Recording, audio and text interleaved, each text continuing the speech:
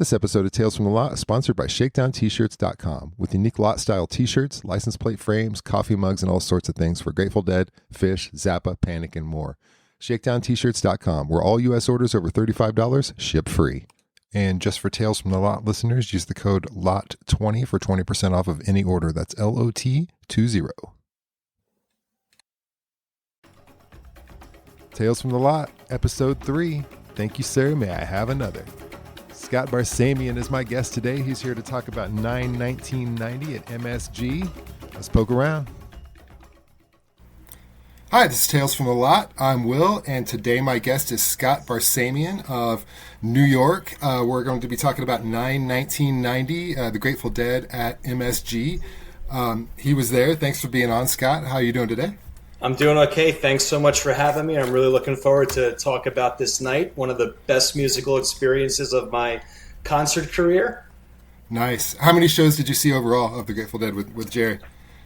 With the Grateful Dead, I was only able to see, if I was looking at my stats before we were talking about this. When I looked it up, I was only able to see them 38 times. I saw the Garcia Band 4 times. Yeah, I got to see them a little bit later in life than I thought, because the year that a lot of my friends started seeing the Dead was the fall of '88, when they did the 9-run, the 9-show run at the Garden in '88, and I was a freshman in high school. My parents knew what was up at the time. They're like, "We're not going to have you see the Dead. We know what goes on there." So fall of '88 went, and then the spring of '89, they really didn't do anything that close to where I live. Summer of '89, they came to Giant Stadium. My parents were like, "No, we still don't think you're ready to go." Fall of '89, they were at the Burn. I wasn't allowed to go. And then the spring of 1990, when I was graced with permission to go, I slept through the morning that tickets went on sale for Nassau Coliseum when they did the 3 nights at Nassau.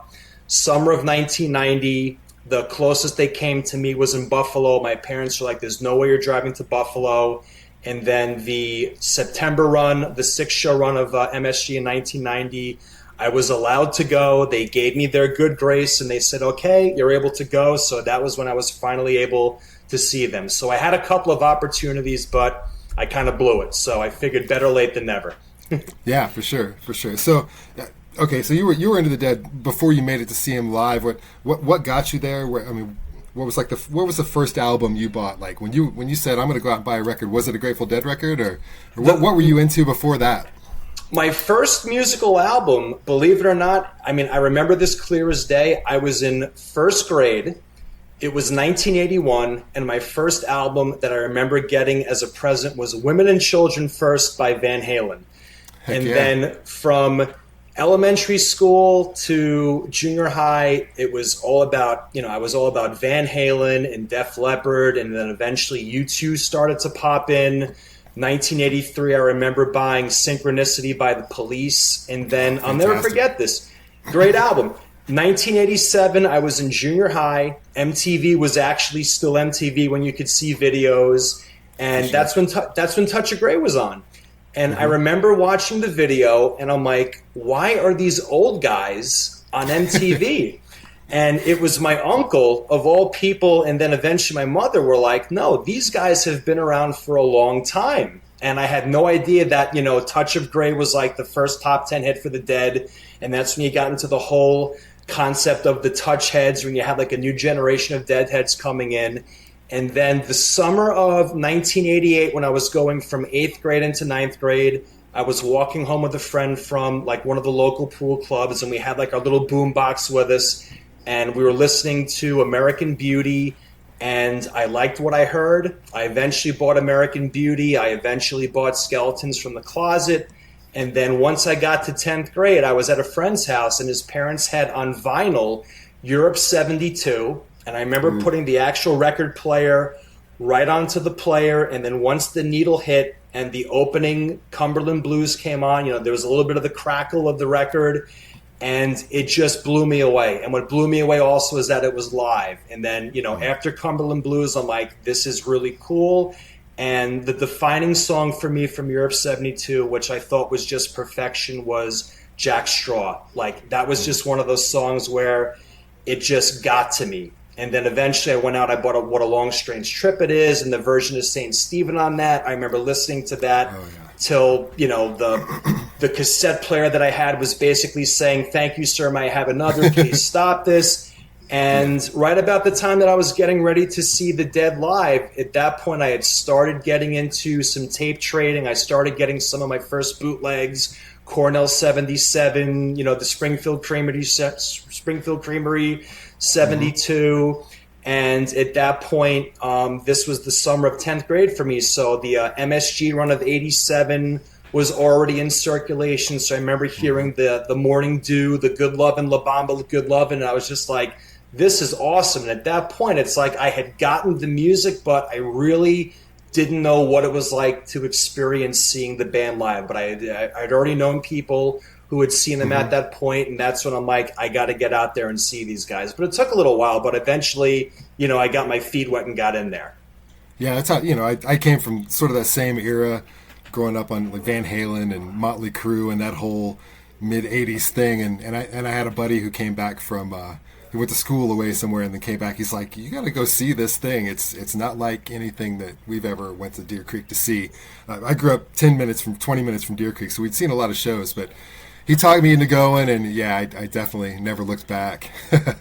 Yeah, I was going to say, once you get there, especially if you're into what it's all about, that's when you're like, I got to keep doing this. It becomes addictive. It's one of those things where you just want to keep doing it. It's like there's people. All these people are actually happy. Like they're happy people, like all the time, and you don't always see that in your day-to-day life, going to work and doing your thing. So it was cool to see a new way of life. Yeah, once you're a part of it, you're able to actually, the happiness is almost palpable from what you're able to see with the people. It's like it's something that you could almost touch. It's great. For sure, yeah. So, so MSG, who all went with you? So September is probably a mild evening. This was September 19th, 1990. I remember this clear as day. It was a Wednesday. And I remember that I was in 11th grade. I was 15 years old. And I remember waking up that day and I'm like, I'm finally going to get a chance to see the Grateful Dead in person. And I just remember in school that day, I was just buzzing because there was just the anticipation of knowing that we're going to be going down there. So everybody that I went with was 15 at the time, so nobody was able to drive. So my buddy Mike's mother drove us down. It was me and about 4 or 5 of my other buddies, and I'll never forget this. It was raining that day because normally once we started seeing the Dead at the Garden in 90, 91, there was no Garden in 92, but they were back there in 93 and eventually 94. Usually that point in September, it was always hot out. You would always get one of those Indian summers, but this particular day it was raining. And I remember we were driving down the Palisades Parkway, which is like the main parkway that you get to the George Washington Bridge. And I remember driving down, we saw a couple of cars that would pass us that had Steal Your Faces or Dancing Bears with skeletons on them. And it was cool because even though we were getting driven down by my friend's mother, it was that cool feeling that you were a part of something and you were all going to the same place. And so we got dropped off in front of the garden. And right across the street from the garden is the big parking garage, the big parking lot. So we got dropped off in front of there, and we knew some people that were going to be there. So we walked into the garage, and you kind of walk up this big circular driveway to get to the area where there were people that we knew that were going to be there. And we got to the parking lot, and I just remember getting out of the car that was right in front of us where we got dropped off. They were just blasting a live version of Iko Iko. It was a really good audience tape, and I just remember hearing Garcia's guitar, and this copy, particularly the audience tape, you could just hear like the roar and the energy of the crowd. And I just remember just feeling so overwhelmed with, wow, I'm going to be seeing these guys live soon. And we hung out in the garage for a bit until it was time to go into the garden. But the one thing that really struck me was that I'd never seen the Dead live before. And I remember there were a couple of people periodically, they're walking by with their fingers up in the air. And I'm like, are these people telling us that they're number one? And like, I had no idea that, I had no idea that these were people that were looking for tickets. And then we eventually caught on to, wow, these people need tickets. And like, we felt fortunate that we had tickets. Here we are, 15-year-old, dopey, 11th grade kids in high school. And then we have adults walking around looking for tickets. And at that point, I felt kind of fortunate that I'm like, wow, I'm not going to have to be that guy looking for a ticket. But it was just a great feeling to know that we were in that night. And once we were just taking a look at what was going on around us, it was just such an overwhelming feeling of, I can't wait to get inside the Garden. Because at this point we were hanging out in the parking lot, and we were just watching the people go by, and that's when you started to see people with all the different, lot t-shirts. This was 1990. So the Simpsons were very big. So like, Bart Simpson was like the big, topic of all the t-shirts that were being sold on lot. And, if you go by today's standards, I'll never forget this. There were people selling nitrous balloons that looked like punching bags, 2 for $5. 2 for $5.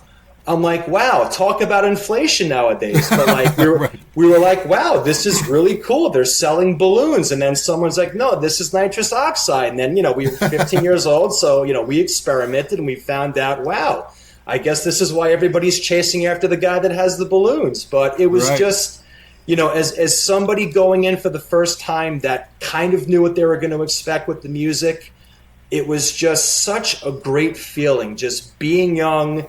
And that people have been doing this already for years, and you're like, now this is my chance to now be a part of that experience. And it was just such a great feeling to know that, in an hour or two, we're going to be walking in there. And then once the lights go out, it's just going to be a matter of whatever the band decides to play, which was just such a great feeling.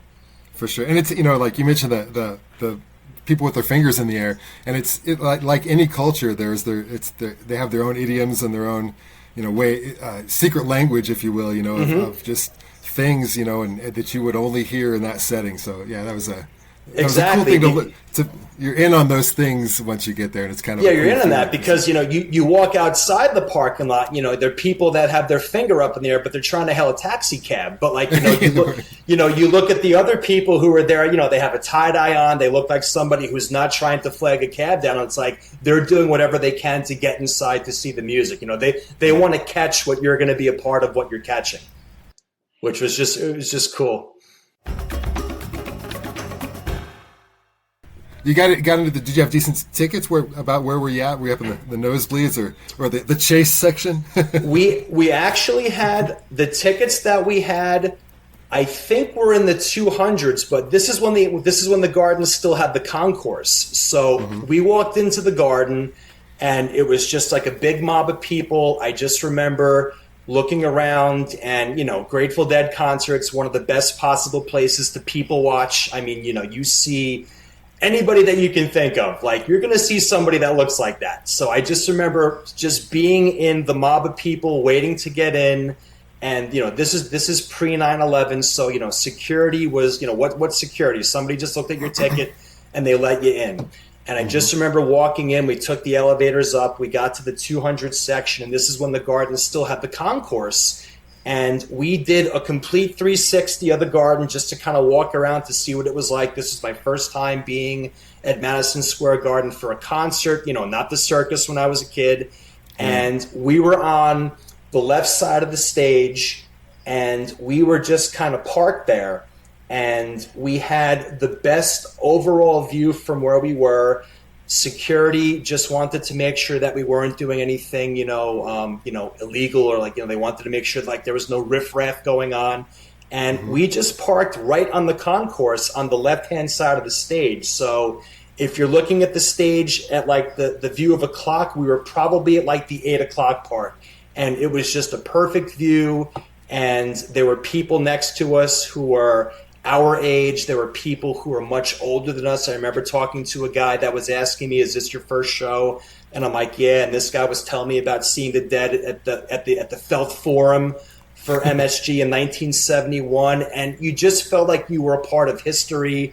And it was just so welcoming. I just remember the guy just being very open. He was asking me about, what songs do you like? What are your favorite albums? We started talking about tapes. And eventually we were just like, okay, we're here. And then it was just that anticipation for the lights to go down. And it was just, I just remember just being a big goosebump being there, just waiting for the lights to go down and just waiting to see, what is the band going to do tonight? Because this was the second to last night of the 6-night run. I remember hearing about what they were doing for the set list. The first night, I think, was Bruce Hornsby's first show with the band. That was 9/14/90. Yep. Yeah. So, Bruce was still getting his chops with the band.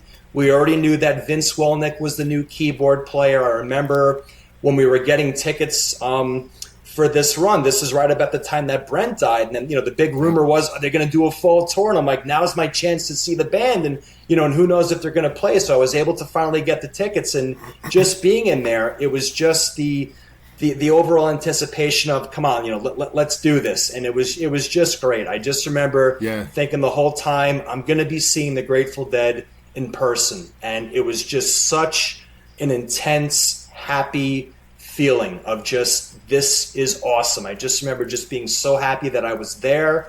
And, I think the week after next, it's going to be the 31st anniversary of this. I mean, every year I always listen to the show. It was just that much of a happy, big deal for me that night. Okay. So, speaking of, it was a switch over to Vince. So it was kind of the same, but kind of a new sound going in there with Hornsby filling up so much of the space, and it was same band, different sound. And were you impressed? What did you think of the changes versus when Brent was with them a few months earlier? The one thing I remember about Bruce particularly is that this night when they opened up with Jack Straw, I don't know if there were problems with the mix, but Bruce's vocals were very loud. And his piano just really seemed to be high in the mix. And it was just great because I already knew who Bruce Hornsby was. And I knew that he was a great pianist. I knew that he was a great artist. And, going back to elementary school with the song The Way It Is, it's like you knew that you were going to be seeing a guy that knew what he was doing. And eventually when he joined the band and continued playing with them, he just brought something that was just so good and so different. And when you even look at some of the video footage of some of the shows, it's almost like Bruce brought so much out in Jerry. And watching them play was just incredible. And that night, just hearing Bruce's vocals on Jack Straw, the opening song, it was just an intense feeling of, this is great. It's like I'm seeing the band that I love. I know who Bruce Hornsby is. I know what he is all about, and I know what he's capable of doing. And like right out of the gates when they opened up with Jack Straw, you had that feeling like this is going to be a great show. It was just such a great feeling to just hear him, and you could almost feel just the vibe that he had with the band once they opened up with that number. It was spectacular. 100%. That's a monster, Jack Straw. And when I listened to it preparing for this, I listened to an audience tape, and when you hear Bruce's voice come in, the crowd just erupts. Like the whole once he gets into the keep on rolling, like it's so prominent in the mix. And when Jerry does that solo, it's like it's electrifying. Like you could just feel just the energy coming out of his guitar, and the whole climax of that song, knowing how much Hornsby had to do with that, tying into Garcia's guitar, it was just phenomenal. I mean, everybody has their favorite version. I'm not sure what the best version is because it's all based on personal opinion, but if you want to talk about one of the best Jack Straws of the 1990s, I always throw people to 1990. Like, that's just such a solid, powerful, perfect version. And adding Bruce Hornsby to that just makes it, that's like the cherry on top of the sundae right there. 100%. By the time that they get to the end of that, it's just like a freight train rolling that thing. Like, what a great version. And then, the drummers, especially on the tape I listened to, or the source I listened to, were just really carried it that night. I felt like they didn't lag at all. They were really just pushing and pushing, and like when the Bertha especially was just moving. Oh yeah, the way the Bertha starts, because right after Jack Straw, everybody, I remember being like, oh my God, I can't believe how well they played that. And you hear Jerry doing the subtle strumming of Bertha, but like once he just goes into it, he's just so locked into that, and just the playing that night on Bertha, especially the soloing. It was my first show, but like you just felt that the band was just locked in. It was one of those things where the momentum that they had for the first set, I'm sure a lot of people had high expectations for the first, for the second set, but the first two songs, it was like a 1-2 punch. It was like, wow, what are they going to do next? Because everything just seemed to be played so perfectly and so tight, and they just seemed so locked in. It was just great. Yeah, it sounded like they probably went through a ton of rehearsals, getting Vince up to speed and Hornsby as well. So, it really showed. And I don't know, are you seeing any Dead and Company shows these days? I haven't. The last time I actually saw the Dead was the Fare Thee Wells in 2015. I haven't had the chance to check out any of the Dead. I've listened to them, but I haven't had the chance to see them in person. Yeah, listening to this Bertha in particular. And then listening to a Bertha these days, it's like, let's pick it up a little bit. Yeah. Half that speedy Bertha speed would be cool. So, you definitely get the vibe. You can appreciate what they're trying to do, but if you go from like now to like what was happening back then, it's different. Yeah, it is. It's a different band. It's a different situation, and it's a different age group. So we'll cut Mickey and Billy some slack back there, I guess. It's different, but like the best thing about Dead and Company today is that they're still doing what they have a passion for. And even if people that are seeing Dead and Company today didn't get the chance to see a Jerry, at this point, look, it is what it is, but you're still seeing original members, 50 plus years into this, and they're just doing what they love to do. So if you're there to see live music at this point, it's a win-win situation. It's a good time no matter what, for sure. So, yeah, okay. So then they get into the country hour with me and my uncle in Big River, and I always like that, whether it's that or Mama Tried or Mexicali. It's an always nice Bob pickup moment there in the middle. And what was, that me and my uncle, if you listen to that, because I was going to say the audience tape that you're listening to, I have probably 6 different sources of this concert on my hard drive. I have a couple of soundboards. I have a Matrix. I have an Ultra Matrix. There are a couple of different audience sources that came out. Me and my uncle, it's one of the most played songs that the Grateful Dead have done. This version that night, it's just so hot. It's so tight. Again, the band is so locked in. And for something that just seemed so ubiquitous as a song in setlist, you hear this version that night and you're like, this is on fire. And then the transition into Big River and the solo that Garcia does in that version, it just kept getting better. And you thought at some point, is the band going to do something to maybe, slow things down, cool things off? And everything that they played that night was just done just balls out. It was just they just basically on all cylinders they were firing, and they just kept going. And like you said, for the country hour, me and my uncle Big River, 2 songs that go way back. Me and my uncle goes back to the very beginnings of the Grateful Dead. Yeah. Big River is one of the older songs too, and just the tenacity and just the focus that they play on those 2 songs was just great. I just remember at that point, like, you're 4 songs into the show, and I just remember, I think I'm getting the hang of like how to dance for this, and I feel like you were starting to try to figure out like what can I do to keep up with the pace of the music, because the music was just so intense, and to keep up with that was just almost a chore at some point. But I just remember that I just pictured, like as a metaphor, just like electricity flying out of Garcia's guitar after those first 4 songs, with the solos that he did and just the leads that he had on that, and it just kept getting better. It was just phenomenal.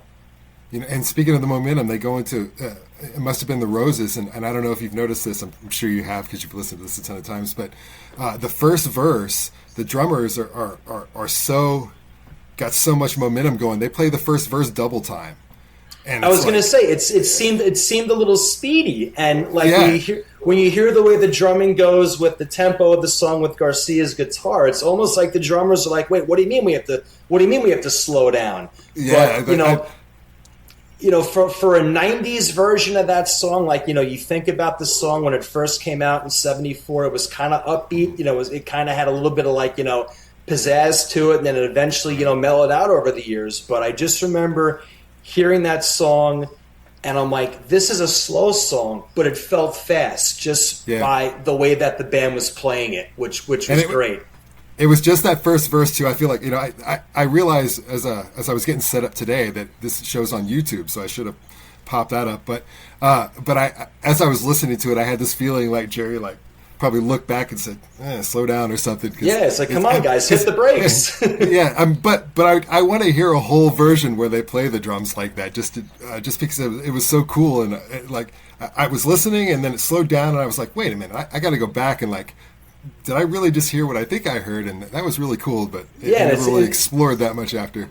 And it's interesting because of that, because when you're talking about a band that is known for their improvisational skills, to start fast and then be able to work into how the guitar player wants the lead to go, and they slow things down. You're just able to see just what musicianship they have to be able to, start a little bit fast and then just kind of tone things down a little bit. But for a '90s version especially, it's such a solid version, and his vocals throughout the first set especially were just so on point. You'd figure by the second to last night, you thought that maybe Jerry's voice would be, a little bit shot. Maybe he would try to ease things up a little bit, but he just seemed to go in 110% for every show at that point.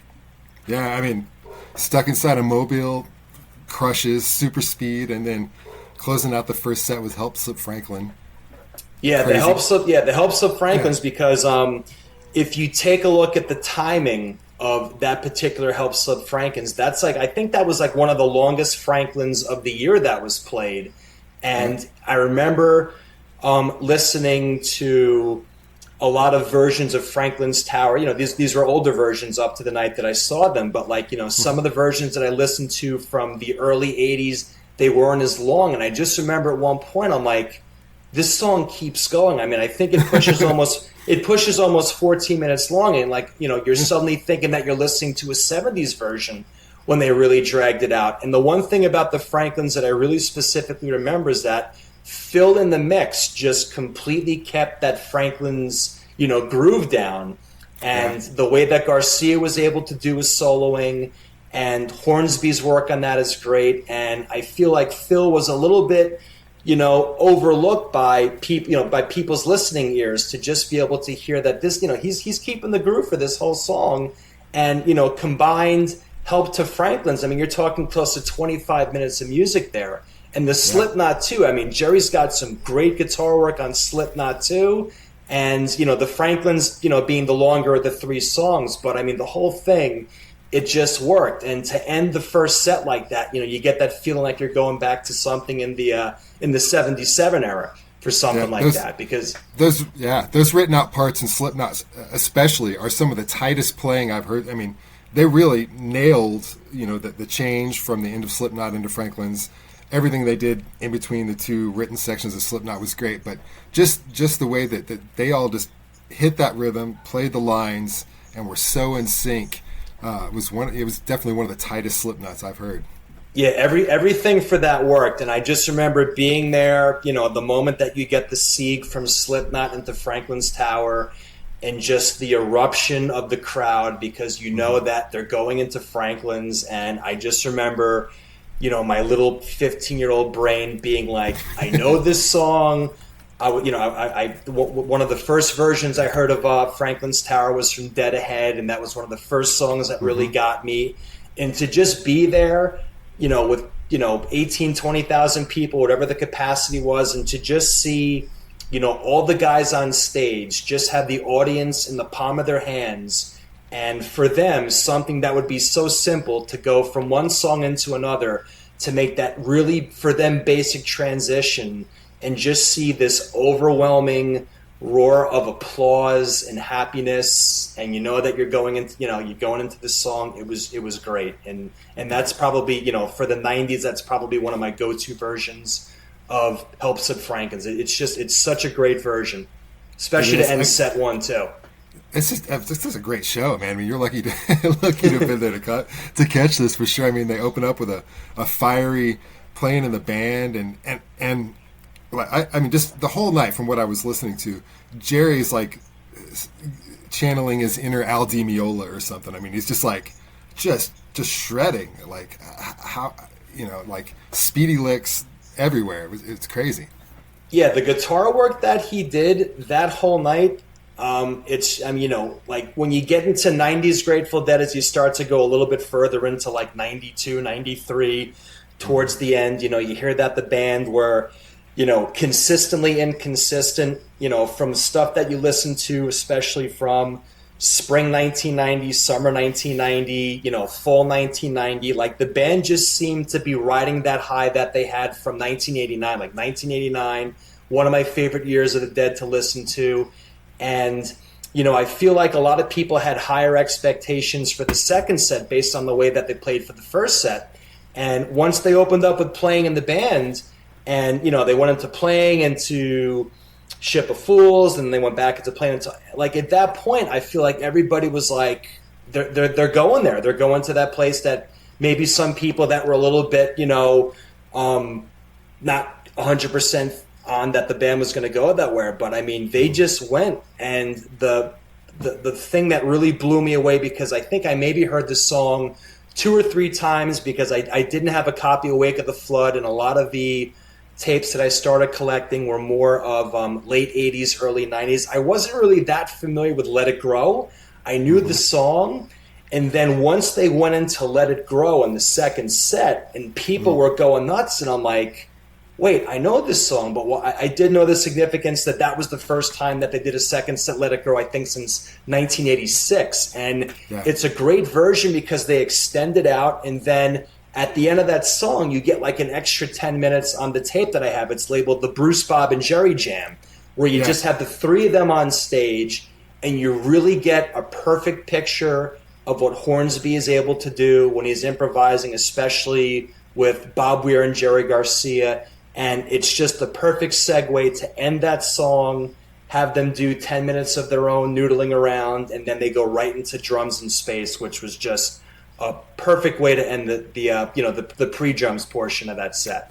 It was. I think personally Let It Grow belongs in the second set if they're going to do it like that. I mean, like, that was truly an amazing Let It Grow. That last few minutes of those 3 is one thing. When I was listening to that, Bob is not real present the whole time. It's a lot of Jerry and Bruce going back and forth, and you hear a little Bob here and there.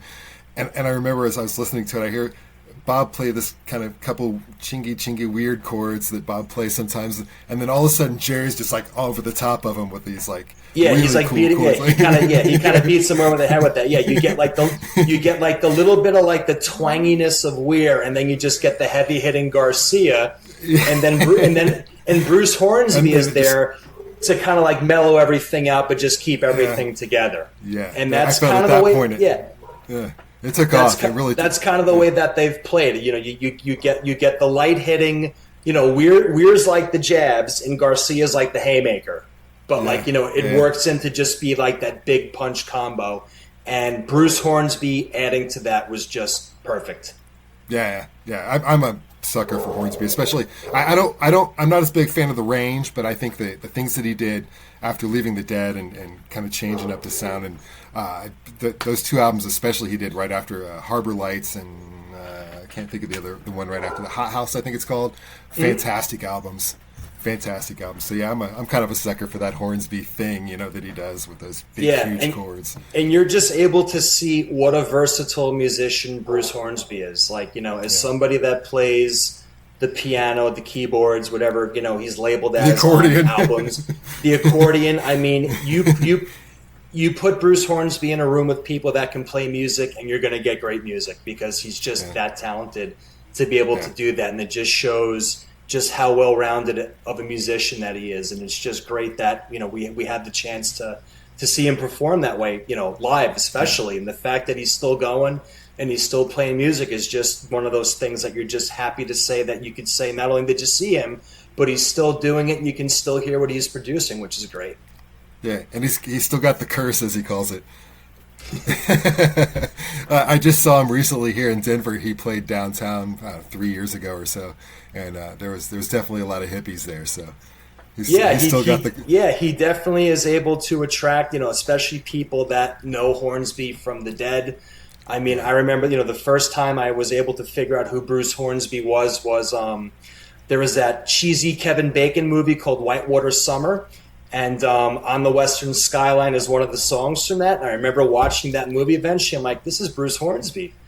And I'm like, this is a great song, but it's in a cheesy Kevin Bacon movie. But, if you like the movie, at that point, it doesn't matter. If you like the song, you like the song. That's all it is, for sure. For sure. That was a pretty good drum space. It was like space drum space. And Hornsby kind of hung on with the drummers there, too, for a while. So that was kind of cool. And I like it when... Mickey, I don't know whether it was the beam or what it was that Mickey creates sort of that wah wah wah wah like. Yeah, you get that heavy wah wah. Yeah, it's almost like the heavy. It's like the heavy wah wah nitrous sound almost, and it kind of like reverbs throughout the garden. I remember drum space was. I remember it being loud. I remember it was mellow, and there were points when it got intense and it leveled off and it got back up there. And I just remember that a lot of people that were normally just going to be sitting down for drums in space, because like once the drum part kind of mellowed out and the space part began, a lot of people near me who normally were sitting were standing up because they were just waiting to see what the band was going to do once they came out of space.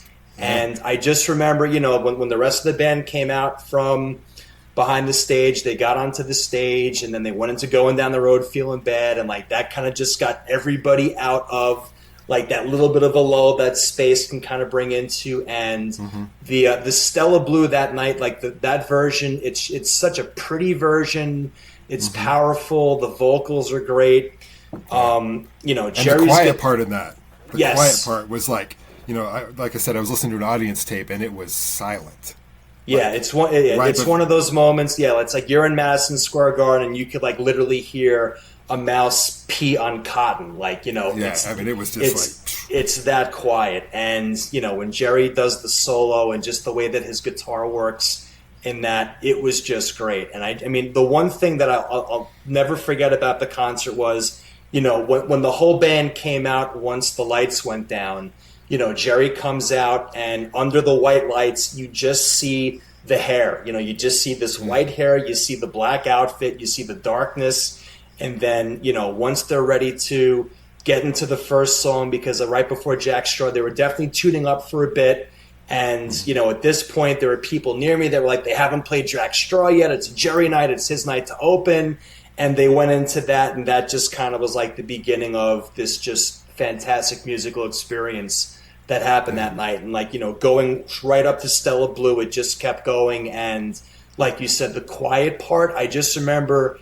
You could feel the silence. It's like you're in a room with thousands and thousands of people who were screaming and dancing and having the greatest time. And they're the moments during the songs where they know to let the musician do his thing, and you're just going to go along with it. So people almost knew that this is the part. Look, let Jerry do it. Let him do his thing. Let his voice speak to us. Let his guitar speak to us, and then we're going to know when to get back into our groove. And that was that's one of my favorite versions of Stella Blue. I mean, I'm biased because I was there, but like you said, you listen to it and you could hear it and you can feel it, and it was just great. I wasn't there, but it is one of my favorite versions now too.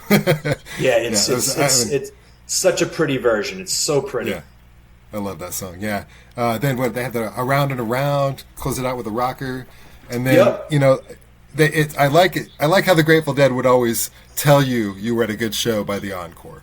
So you're going to get like Bid You Good Night or Mighty Quinn or something. You're not going to get Liberty on a show like this. Exactly. There was no Liberty, but there's no Liberty. There's no I Fought the Law, and because I think it was the second night. I think it was Bruce's first night on the 15th. They did The Wait. because, like once, like The Wait eventually became one of those songs where like, hey, we played a great show. We're going to give you an encore where everybody's going to get their chance to sing. And I remember that the Grateful Dead tapes that I had at that point, the bootlegs, none of them had Mighty Quinn as an encore. I didn't have any of those tapes yet. I remembered Mighty Quinn from hearing it on the radio by Manfred Mann. So like as soon as they went into it, I'm like, this is the song I know that I listen to in the car with my mom when she's listening to the oldies station. But like, I've heard it so much. And I just remember that the fans just were so appreciative. And I just remember like jumping up and down with the excitement that I know this song. Like, the fact that it's not one of their songs, but it's a song that I've known for years at this point. For years at this point, I knew it word for word. There were times when I started seeing the Dead more, like, for the part when they say when everybody's going to want to doze. Everyone thought that. Jerry said everyone's going to want to dose, and I'm like, wait, is everyone cheering because they're talking about acid? But it was just it was just a play on with the way that it was that it was sung. But after they did the encore, I just remember feeling the intensity of the music. You could just feel just the overall vibe of the Garden. And after that, I just remember saying to myself, I got to see these guys more in concert. And like now that I was at the age and my parents were allowing me to do that, that following, the following months in October, they went off to Europe, and then they did their shows out west in Colorado and eventually California. But I remember the following year in '91 when they came to the East Coast for the spring. Once I knew that tickets were going on sale and I knew that my friends were going to be going, I'm like, I got to get back to start seeing these guys. And that's when it became, I was eligible to see, shows on the spring tour and the summer tour and the fall tour. And I kept at it until the end. And I'm just so happy that I was able to be a part of it. And it's great to be able to talk to people that didn't get the chance to see Garcia, to just let them know what it was like. And, as you were talking about Dead and Company before, you're not seeing the Dead with Garcia, but you're seeing the music that he loves so much. And even though he's not there, 50 plus years later, they're still holding that torch for people to get the chance to experience what it was like. And I think everybody, whether you're able to see Garcia or not, but you're seeing a band that does the Dead songs, you're in a good place. And it's great that it's great that you're able to see that and experience it. And if you have that good of a time one night, you might be prompted to say, you know what, I'm going to see him another night, or I'm going to go on tour, or, it's just one of those things where, I was hooked when I heard them over the radio and over a speaker, but, you see them in person. And for me, it was just a game changer. And I'm just so happy to have been able to experience, every night that I saw the Grateful Dead play. I saw a handful of Jerry Garcia band concerts throughout that run. And, when I went to see the Fare Thee Well shows at Soldier Field, I was able to go for the first two nights. Granted, you're seeing the 50th anniversary of the Grateful Dead. The main guy who should be there isn't there. I thought Trey from Phish did a fantastic job, but it was just nice to be able to just have that feeling again, even though, the main person that should be there wasn't. You were reliving, that moment. And for me, going from 1990 to 2015, you're talking 25 years later, and you're like, wow, I still feel the same way that I did when I saw them for the first time when I was 15. And I'm just happy. The spirit. Yeah, exactly. Yeah, the spirit's still there.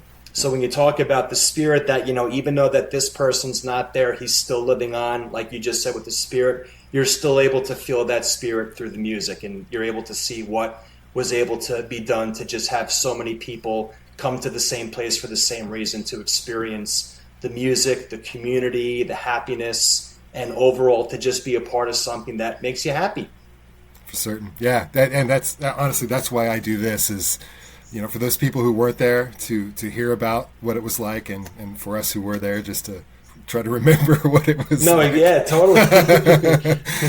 So it was definitely a good time and something that'll be hard to replicate exactly like it was. I mean, there's definitely some good scenes out there, but nothing like the good old Grateful Dead, Yeah. Well, it's funny that you're like, there's certain things you can't remember. It's like, I couldn't tell you what I wore that day, but I remember that people sold nitrous 2 for $5. Like, that was just something that stuck out, because I'm like, what are these big balloons for? And I'm like, this is why they're doing it. And I'm like, all right, here we go. Yeah. We'll try it out. When in Rome. Yeah, totally. Well, thank you, Scott, for being on. I appreciate you coming on and tell us about your experience. Obviously, I know why you picked this one up. It's a fantastic show. I'm jealous of you. My first show was 6/7/91 at Deer Creek, and fantastic show. Also, Hornsby was there, so that was my one shot at seeing Hornsby with them. And I know that feeling of walking in and just the awe and.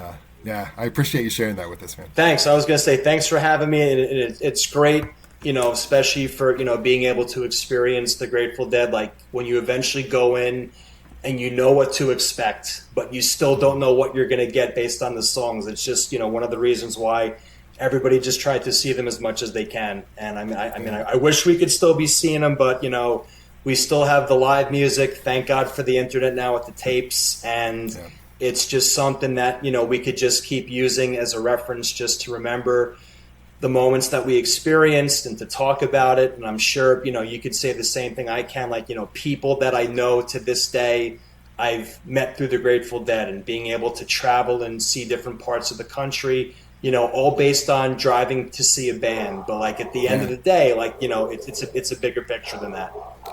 There's probably nothing that influenced my life from that point forward more, honestly. I mean, like, the Grateful Dead really changed my trajectory. Had I not gone there, there are so many things in my life that would be different today. So yeah, they're definitely an important thing for a lot of people. Yeah, because I was going to say, as I sit here, right on my desk, I have my, I got my Jerry picture. So I mean, like, he's a part of my life. I mean, at some point every day, I've got the Grateful Dead playing at some point. It just shows just how much of an impact on, someone's life they can have. And I'm just one of, thousands upon thousands of people who've experienced the same thing. And it's great. And I'm just glad that we're still able to hear the music, share the music, talk about the music. And I'm really happy to have been able to talk to you about this, because pretty soon, in like another 8 days, a week and a day, we're going to come upon the 31st anniversary of this show. And when I get home from work, I'm going to have a moment that night when I have to put 3 hours aside and just relive it and listen to it from the tuning of the first set, down to the last note of the encore. And I've been doing that ever since I got the tape. Nice. That's awesome. Awesome. Well, thank you very much. Thanks for having me. It was good. Yep. All right, good talking to you. Be well, and I'll speak to you soon. Hey now, do you have a great story about a Grateful Dead show you were at? I'd love to hear it and maybe have you on the podcast. Send me an email at will@talesfromthelot.org and let me know what show you would like to talk about and what made it so special to you.